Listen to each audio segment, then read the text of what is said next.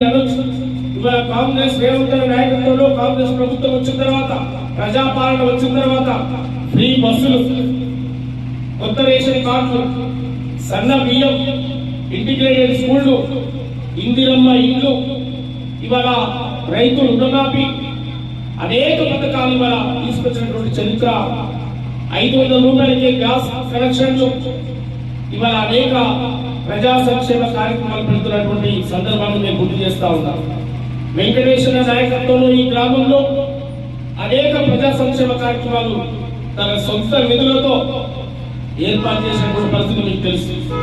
తన సొంత నిధులతో ఆయన అనేక సేవా కార్యక్రమాలు, అంబులెన్స్ తో పాటు అనేక కార్యక్రమాలు చేసినటువంటి సందర్భం మీకు తెలుసు.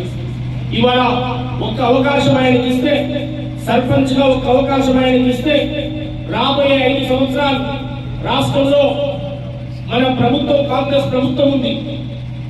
ఒక్క ఓటు మీరు అవకాశం ఇచ్చి గెలిపిస్తే అత్యధిక మెజార్టీతో రేపు రాబోయేటువంటి 5 సంవత్సరాల్లో పరిపాలన చేసి వెంకటేశ్వర యొక్క సిద్ధశుద్ధి నిరూపించుకుంటాడు.